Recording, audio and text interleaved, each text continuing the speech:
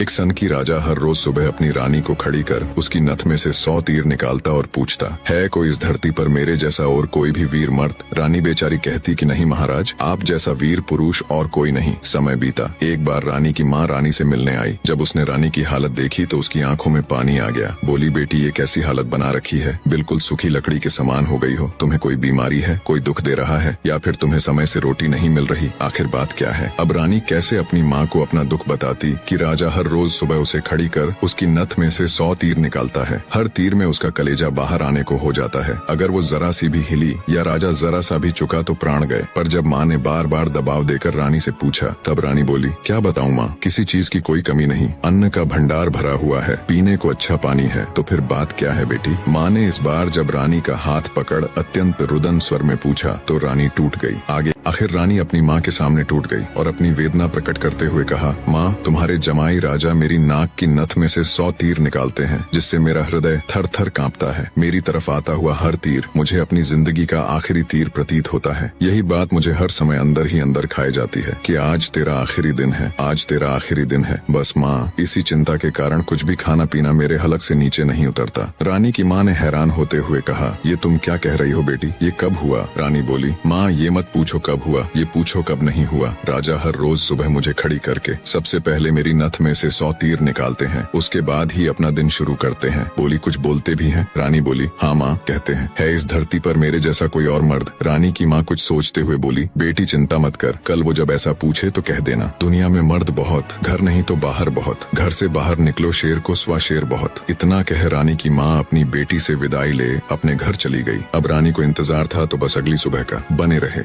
राजा ने सोती हुई रानी को हाथ पकड़कर उठाया और कहा, रानी आ जाओ, समय हो गया। रानी ने सोचा, हे भगवान, बस आज और बच जाऊं, फिर तो जो माँ कहकर गई थी वो बोल दूंगी। और उठकर बाग में जाकर आंख बंद करके अपनी नथ पकड़कर खड़ी हो गई। राजा ने रोज की तरह एक के बाद एक 100 तीर रानी की नथ में से निकाले। तीर निकाल राजा बोला, बोल रानी, है दुनिया में मेरे जैसा कोई और शूरवीर मर्द? रानी हिम्मत जुटा बोली, महाराज, दुनिया में शूरवीर मर्द बहुत, घर नहीं तो बाहर बहुत। आप बाहर निकल के देखो, शेर को सवा शेर बहुत। राजा हैरान होते हुए बोला, ठीक है रानी, अगर यही बात है तो कुछ खाने का सामान दो, मैं जा रहा हूँ बाहर शूरवीर मर्द देखने, मैं भी तो देखूं, है कोई मुझसे ज्यादा शूरवीर मर्द इस दुनिया में। थोड़ा बहुत खाने पीने का सामान ले राजा निकल पड़ा। चलते चलते एक कच्चे रास्ते पर हो लिया। थोड़ी दूर ही चला तो आगे देखा, एक आदमी रास्ते के किनारे पर लेटा ऊपर की तरफ एकटक देख रहा है। राजा को बड़ा कौतूहल हुआ। ऊपर की तरफ देखा तो उसे सिवाय सूर्य की तेज किरणों के कुछ दिखाई नहीं दिया। गया जिज्ञासावश उसके पास और पूछा, क्यों भाई, ऊपर क्या देख रहे हो? बने रहे।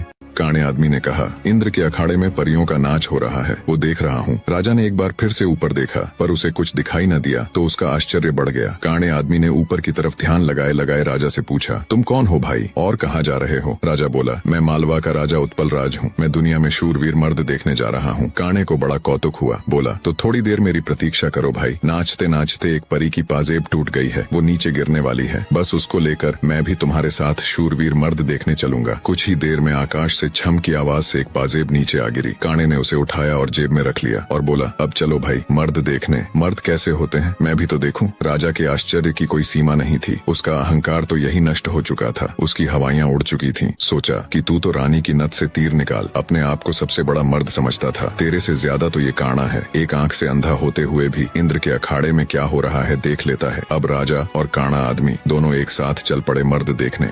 राजा और काणा आदमी अभी कुछ दूर ही चले थे। आगे एक नौजवान व्यक्ति धनुष बाण लिए किसी की प्रतीक्षा में बैठा था। राजा ने उससे भी पूछ लिया, क्यों भाई, कैसे बैठे हो? व्यक्ति बोला, अपने दोस्त का इंतजार कर रहा हूँ। राजा बोला, कहाँ है तुम्हारा दोस्त? व्यक्ति बोला, मैंने 100 कोस पर तीर मारा है, उसे लेने के लिए गया है। इतना सुनना था कि राजा के पैरों नीचे से जमीन खिसक गई। कहानी को बीच में रोक आपकी जानकारी के लिए बता दूं, पुराने समय में दूरी मापने के लिए किलोमीटर या मीटर नहीं बल्कि तब के लोग कोसों के द्वारा ही दूरी को मापते थे। उस समय के एक कोस का मतलब आज के लगभग 3 किलोमीटर है। तो नौजवान व्यक्ति ने राजा और काणे आदमी से पूछा, तुम लोग कहाँ जा रहे हो? काणे ने कहा, मर्द देखने। उत्सुकतावश नौजवान ने कहा, तो भाई हम भी चलेंगे तुम्हारे साथ मर्द देखने, बस थोड़ा इंतजार करो, मेरा दोस्त अभी मेरा तीर लेकर आता ही होगा। राजा बोला, 100 कोस से आज ही थोड़े न आ जाएगा, उसे तो कई दिन लगेंगे। नौजवान ने मुस्कुराते हुए कहा, नहीं मान्यवर, उसे 100 कोस से जाने और आने में सिर्फ 1 घंटा लगता है। थोड़ी ही देर में एक लंगड़ा व्यक्ति नौजवान के द्वारा छोड़ा हुआ तीर हाथ में लेकर आता है। अब राजा को काटो तो खून नहीं रानी की नथ में से तीर निकाल खुद को मर्द सूरमा समझने वाले राजा को अब एक से एक बड़े सूरमा टकरा रहे थे। वो जिस बिल में हाथ डाल रहा था वहीं से सांप फुफकारते हुए निकल रहे थे। एक काना आदमी जो एक आंख ना होते हुए भी इंद्र के अखाड़े में परियों का नाच देख रहा है। एक युवा पराक्रमी नौजवान 100 कोस तक तीर मार रहा है। एक अपाहिज लंगड़ा आदमी 100 कोस की दूरी सिर्फ 1 घंटे में नाप देता है। बोझिल कदमों के साथ राजा अब उन तीनों के साथ आगे चल पड़ता है। चलते चलते वे एक नगर में पहुंचे जहां एक राजा की लड़की का स्वयंवर चल रहा था। स्वयंवर की शर्त थी कि जो व्यक्ति 50 कोस से 2 घंटे में हंसता पान बोल सुपारी ला देगा उसी के साथ रानी का विवाह कर दिया जाएगा। चारों में से लंगड़ा ही इस काबिल था जो कोसों की दूरी मिनटों के हिसाब से तय कर सकता था। अंततः चारों की सलाह पर लंगड़ा व्यक्ति स्वयंवर की शर्त पूरी करने के लिए तैयार हो गया और शर्त अनुसार हंसता पान बोल सुपारी लाने के लिए चल पड़ा। धीरे रानी के स्वयंवर की शर्त अनुसार लंगड़ा व्यक्ति तेजी के साथ उस दिशा में बढ़ने लगा जहां हंसता पान बोल सुपारी का पेड़ था। अपनी दिव्य गति से थोड़े ही समय में वो उस पेड़ के पास जा पहुंचा। उसने सुपारी तोड़ी और अपनी जेब में डाल ली। सोचा अभी तो बहुत समय है, क्यों न थोड़ी देर सुस्ता लिया जाए। ये सोचकर वो उस पेड़ के नीचे सुस्ताने के लिए लेट गया। ठंडी हवा के झोंकों से जल्दी ही उसकी आंख लग गई। उधर तीनों की समय बीतने के साथ साथ चिंता बढ़ रही थी। 2 घंटे पूरे होने को आए थे, बस थोड़ा समय ही बचा था। नौजवान तीरंदाज ने कहा, इतना समय तो उसे कभी नहीं लगता, जरूर कुछ बात है। काने आदमी ने कहा, रुको मैं देखता हूँ। जब काने ने देखा तो वो पेड़ के नीचे सो रहा था और पेड़ से एक खूंखार जहरीला सांप उसे काटने के लिए उसकी तरफ बढ़ रहा था। जब ये बात उसने साथियों को बताई कि वो तो सो रहा है और एक जहरीला सांप उसकी तरफ बढ़ रहा है, तब तीरंदाज नौजवान ने काने से कहा, तुम मेरे तीर का निशाना सांप के फन पर लगाओ। काने ने कहा, हाँ ये ठीक है, निशाना लगाकर मैं हुंकारा भरूं तब तुम तीर छोड़ देना। बस 2